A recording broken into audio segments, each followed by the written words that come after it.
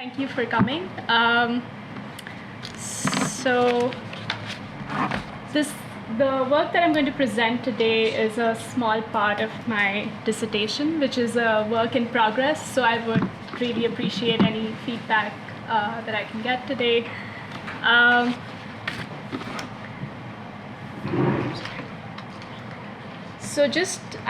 want to start by briefly talking about my dissertation project, which looks at the relationship between the transformation of agrarian work and labor practices since the Green Revolution in the 1960s and the changing form of rural resistance and mobilization in Punjab.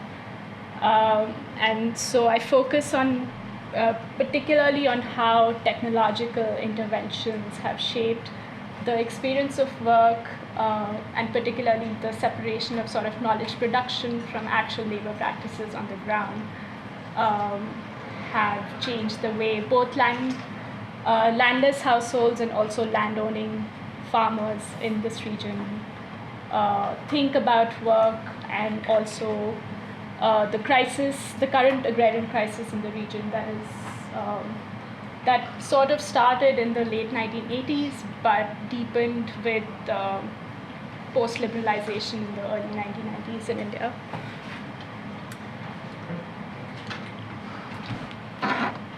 In my dissertation, my focus is on the current sort of mobilization towards sustainably agroecological farming practices in this region, which is very, very nascent at this point and involves a fairly small number of farmers. But I situate this mobilization in the longer history of rural resistance in this region, going back to the 1980s when the farmers' unions were very active, asking for more prices, input subsidies and prices from the state, and going further back to the 1960s when the movement for land redistribution in the region was really thriving. Today, though, I'm just going to talk about this mobilization that has emerged in the region since 2005. And they have been basically trying to get farmers to move towards more sustainable ecological practices. And this comes in the wake of the agrarian crisis that I mentioned. The Green Revolution story in Punjab is fairly well known, but just to sort of briefly summarize, it was since the 1960s, there's been a rapid process of agricultural intensification through agrochemicals, irrigation, and high-yielding varieties of mostly wheat and rice. So most of Punjab is now wheat and paddy rotation. The area I'm going to talk about is slightly different. It's both wheat and paddy, but in some cases wheat and cotton. And so the level of intensification, I guess, is kind of evident from the fact that Punjab is only about 1.5% of the land area of the country, and last year it contributed almost 43% of the wheat to the national food stocks and almost 30% of rice. And there's been almost a six-fold increase in the use of fertilizer per acre in the last 5 decades. Okay. So in this context, I guess the agrarian crisis that started in the early 1990s has to do both with falling incomes of farmers because the support prices that were being provided by the government are not corresponding with the rise in cultivation costs, but also other expenditure on education and health. And ecological degradation is pretty severe. The water table in this region is at very, very critical level. There's a very high incidence of diseases of all kinds. Particularly, I'm going to talk about it in a minute, in the region where I work, which is the Cotton Belt. and almost 70% of the farmers are known to be in debt. Through the Green Revolution period, I guess there was section of farmers that were the beneficiaries, which were medium and large landowners, and but now the crisis, since the period of the crisis, I think a lot of the medium farmers are also kind of indebted to a very significant extent. Okay, so southwestern Malwa is the cotton belt of Punjab. It's a semi-arid region where cotton, it's mostly wheat and cotton that's grown. The crisis is known to be particularly severe in this region because of the use of pesticides is really, really high. And the cotton crop has been periodically destroyed since the late 1990s, first by the American bollworm, and then things improved a little bit with BT cotton in the early 2000s, but then things started going downhill a few years later. Last year there was a massive whitefly attack on the cotton crop, and this is actually a picture from a farmer who was able to only save that much from like 2 acres of land. So the agrarian crisis is particularly severe in this region. There's a very high incidence of health issues as well. The most attention has been sort of attracted by the so-called cancer train, which goes from this region to Rajasthan where cancer patients go for treatment. But that's just a small part of the public health crisis, because there are other diseases that are much more significant in terms of scale. So in this region, I focus basically on 2 districts of Faridkot and Bhatinda, and I've done ethnographic fieldwork roughly over a year, and then 2 other short trips. So one of the issues with the cotton belt is also that cotton is a very labor-intensive crop, but increasingly farmers in this region are now shifting to paddy because of the crisis with the periodic crop damage with cotton, which does not bode well for the falling groundwater level in Punjab in general. But the other significant thing about paddy and wheat is that they're procured by the state, so it's a stable source of income, whereas cotton is sold on the open market, and the prices have been volatile in the last few years. So this is from the widespread protest by farmers' unions last year after the cotton crop was damaged and everyone was demanding compensation, and they blocked trains for several days and weeks. So the movement that I'm going to talk about, Kheti Virasat Mission, and I'm going to refer to it as KVM, basically emerged in 2005, which was a small group of farmers and health activists who started working in the area and tried to get farmers to sort of move to more sustainable agroecological practices. But what was distinct about their mobilizing discourse or narrative was that they were offering a more fundamental critique of the Green Revolution model. And so they were trying to connect the social dimensions of the crisis with the ecological dimensions in this area. And they included things like a very high rate of female feticide in this region, for instance, drug and alcohol abuse amongst the youth, a rising sort of expenditure on wedding ceremonies and marriages, on wedding ceremonies and dowries, and they said that all of these things needed to be seen as a part of the so-called agrarian crisis, that it was more than a economic crisis, or more than even an ecological crisis. And so one of the big sort of emphasis in their mobilization is on issues of health, which is sort of the starting point of trying to mobilize farmers. They're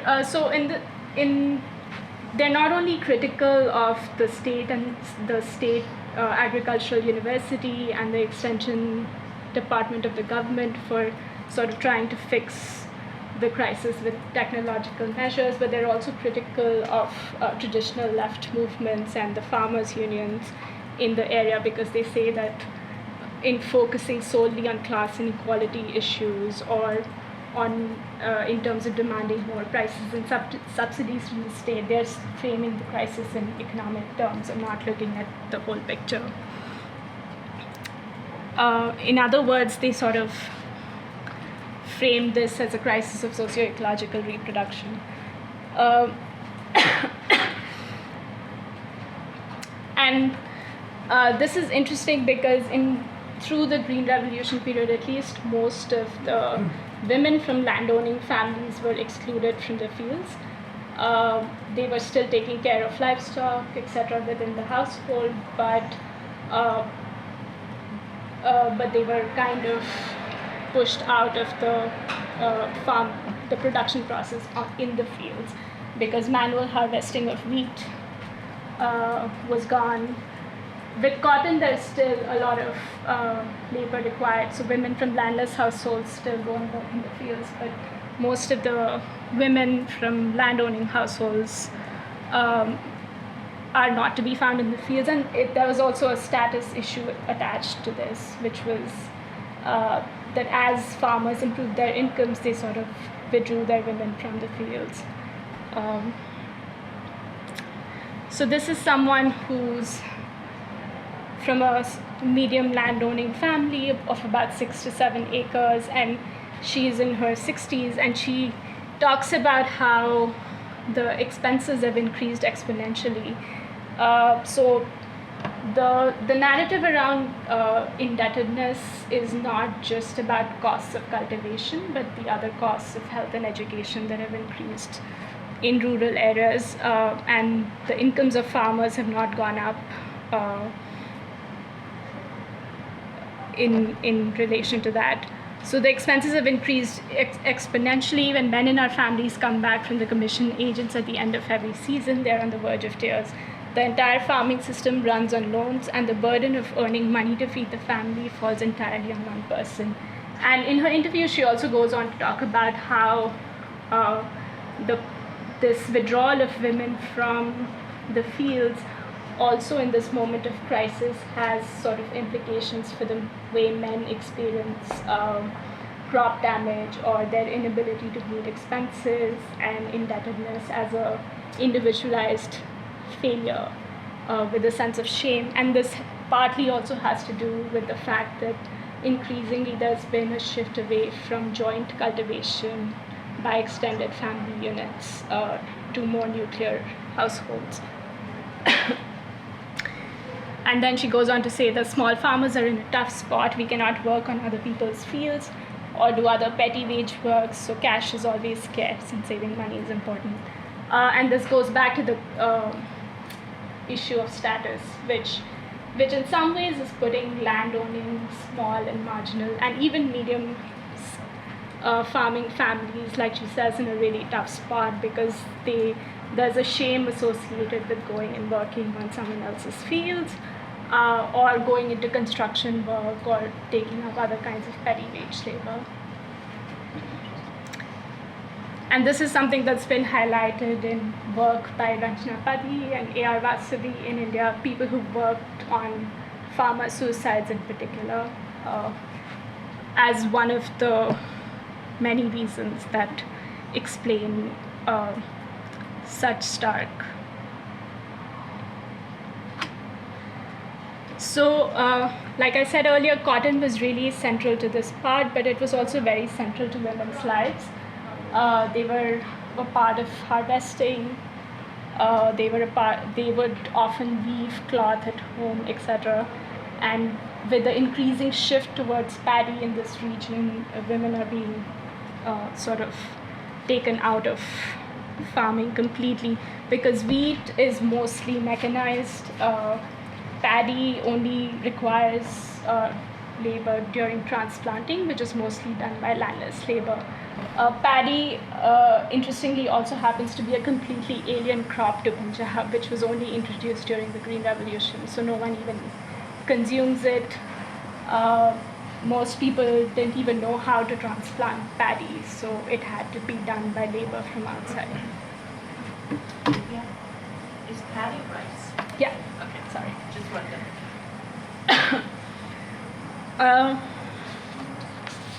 Similarly, I mean, women from like I said, women from landless households still do go to the fields and whatever little work there is available, but because the work available is so little that they're not the first ones to get that work. But women from landless households are still working in the Employment Guarantee Act scheme that's run by the government. So they still, to some extent, have more avenues for earning cash incomes.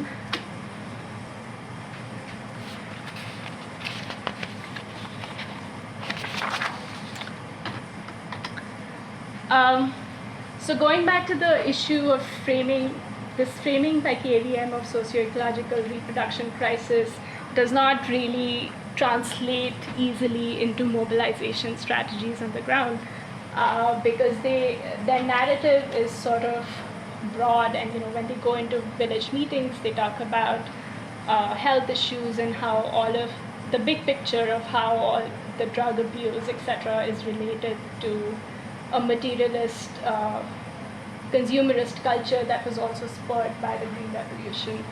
But in terms of mobilization strategies, it's interesting when they started in 2005, about 10 years ago, they had a much more rigid approach to sort of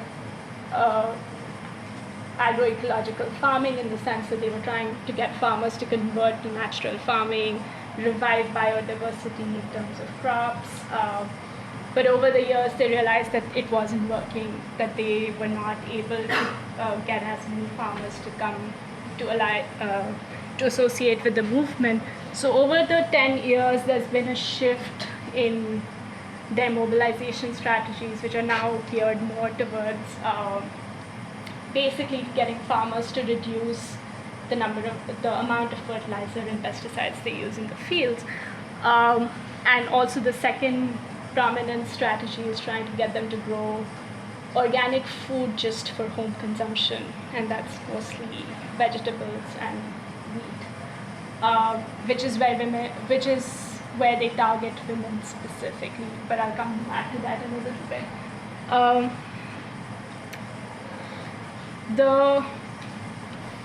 The interesting part is now they are also the way they are mobilizing farmers is now much more economically driven, which is what they had opposed to begin with.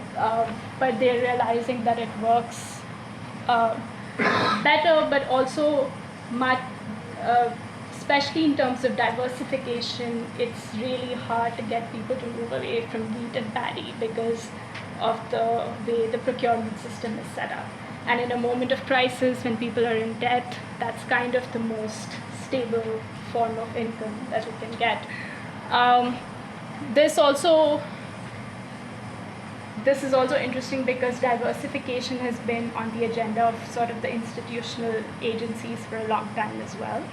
That includes the state extension departments and the agricultural universities.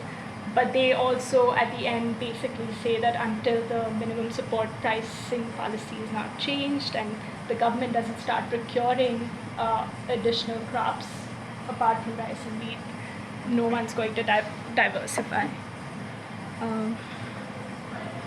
Which also kind of indicates how the Green Revolution period also created this sort of culture, not just culture, but like a strong dependence on the state. The subsidy regime has kind of led people to expect that the government is going to procure. But they've also seen, in this region in particular,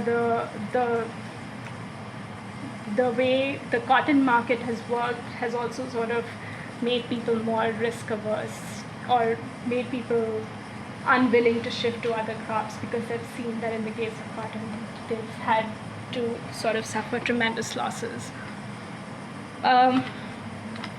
Some of the farmers in the movement are practicing natural farming, but these are farmers who are not generally necessarily from large landed households, but farmers who have other sources of income within the household.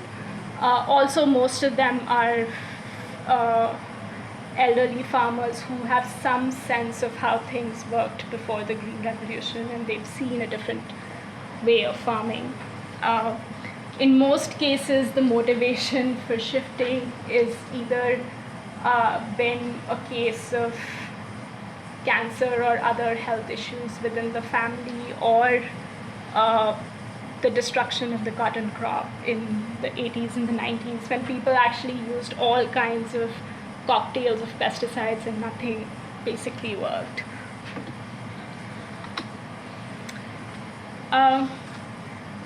But these farmers are very few. Most of the farmers now associated with the movement are basically just trying to reduce fertilizer to a small extent on some of their land, and growing wheat and vegetables for household consumption organically. So some of the sort of structural constraints in this context are just too large for the mobilization to counter. One of the big things that comes up in most of their meetings, especially in new villages, is the pushback on issues of procurement. People's questions are never about production practices. They're always about what the government should be doing, and the larger sort of policy structure. This is an excerpt from a village meeting where the activist is kind of pushing the idea that the community needs to be more self-sufficient, and then that they shouldn't look to the government for everything. So this is something that often is used and invoked in the meetings, which is this idea that farmers in the region are also responsible for sort of excessive use of fertilizer and pesticide.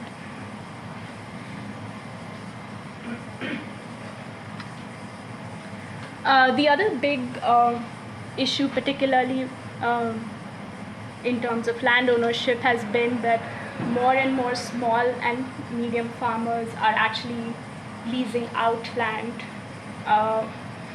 because they are unable to bear costs of cultivation, or there's not enough people within the family because they've moved on to other things. With small and marginal farmers, there's also there's a sense of shame in being landless, so people don't really want to sell their lands until they absolutely have to. And they get a pretty livable sort of amount of money when they rent it out at the end of the year. But and the people who are leasing in land is a very diverse set of actors as well. Sometimes it's small farmers who are just trying to get a bigger operational land holding. But in this case, there are people who are renting land between the wheat and paddy rotation just for 3 months, and these are people generally from landless communities who work the land with their entire family, and then they go and sell vegetables in the market directly as well, so they make enough money within those 3 months. But it's interesting that more and more people are renting land, but these are the people who are not being addressed either by organic activists or by sustainability efforts on the part of the the agricultural university and the extension system, because they're not landowners, so they're sort of invisible on the radar. But most of the activists and extension officials also always talk about how they are the ones who are using the most amount of pesticides and growth hormones, etc., because they need to get most amount of profit from those 3 months, and they have to pay exorbitant rents at the end of the year, so they can't afford lower yields.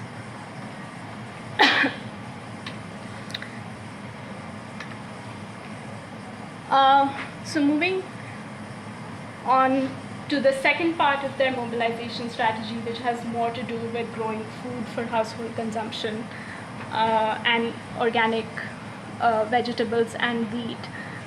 This is the part where the group is mostly targeting women, and the mobilization efforts among women are actually somewhat more successful than with the men farmers, and this has to do with sort of many reasons. One is that the mobilization amongst women for self-consumption is often framed in the idiom of the rights of farming and rural households to be able to afford and access healthy food, but it's also part of the regional politics where activists argue that Punjab has supplied food to the rest of the country for all of these years, and farmers have only suffered because of that, and so it's okay or it's legitimate for them to grow healthy food for themselves, even if they are selling pesticide and fertilizer grown food in the commercial market.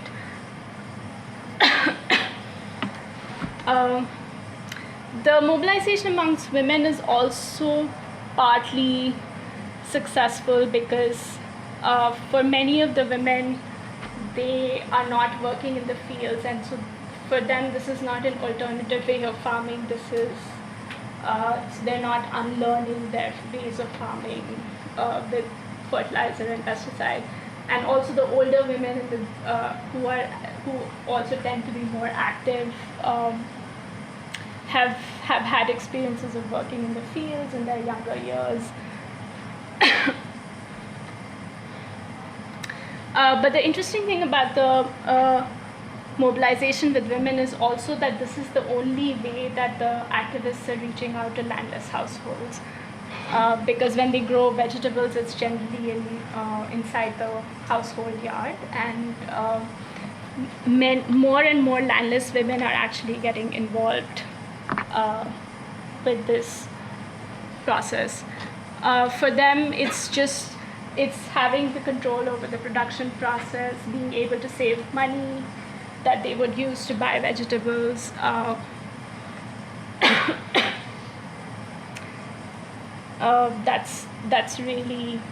That sort of really resonates with them.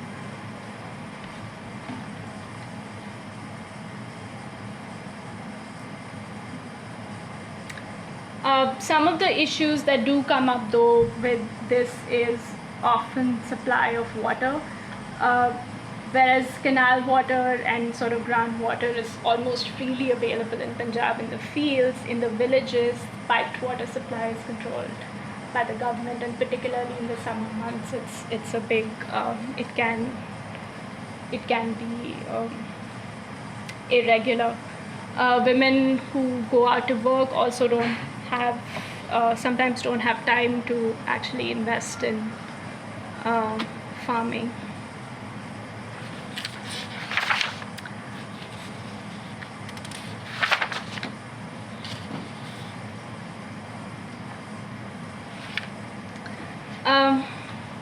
So I just want to highlight some of the possibilities and challenges. One of the things that has happened with women who've been active with the movement for many years, like Malkeet Kaur, has been that they have tried to influence their husbands or their sons to sort of try to move towards more sustainable practices in the fields. It has worked in some cases, but or at least opened up the conversation about excessive use of fertilizer, etc., within the household.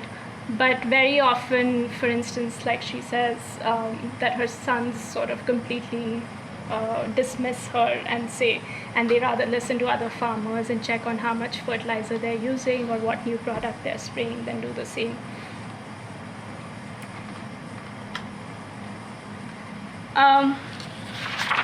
The other thing is that most of the activists employ a discourse while mobilizing women, which sort of reinforces gendered norms about how women are the ones who are responsible for the health of the family and for their nutritional needs. And so in that sense, farm work kind of becomes a part of the broader framework of care work that women are supposed to do. And sometimes they invoke this in fairly emotive ways about using analogies about how women are feeding poison to their children, etc. But it also they also strategically use this idea that women's mobility is restricted in this context, that they're not able to go to the fields and therefore they can work within the house to sort of grow vegetables, but also in some way contribute to the family income and savings.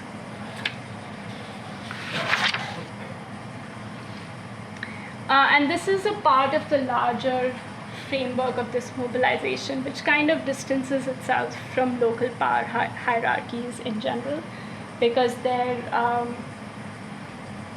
mobilization is premised on this idea of creating social and community autonomy, which would help sort of reconnect the social and ecological relations in a sustainable way. And so they're often reluctant to challenge either caste, class, or gender power hierarchies within the village setup, in an effort to involve as many people as possible to be associated with the movement.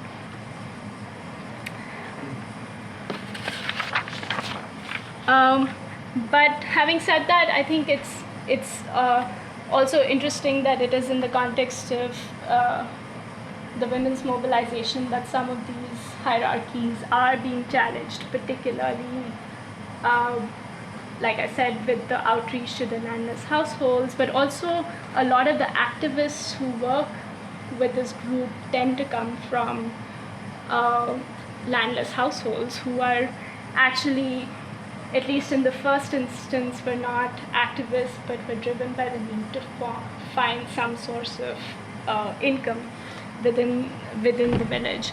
And also women from landless households tend to have more mobility than from upper caste landed households. And so they are in some ways women who are going out as activists who are from landless households are now reaching out to both women from landowning families and in some cases this gets extended to sort of men who also seek them out to ask for help about, how to grow things organically or how to manage pests, etc. So I'm going to end, but in conclusion, I guess I just want to say that it's the economic, social, and ecological precariousness of the situation is actually makes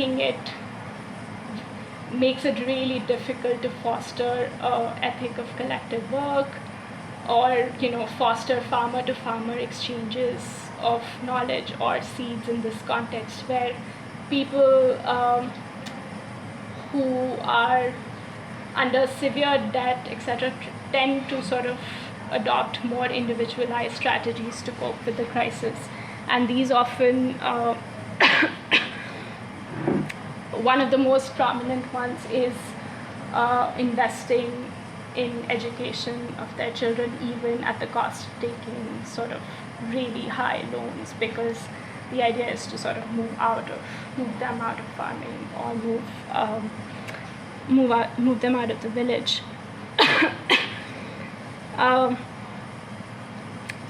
So the majority of the small and marginal and landless households are focused on meeting short-term goals, whereas medium and large-scale farming households have either diversified already into other occupations or are investing in diversifying their household incomes through non-agricultural occupation.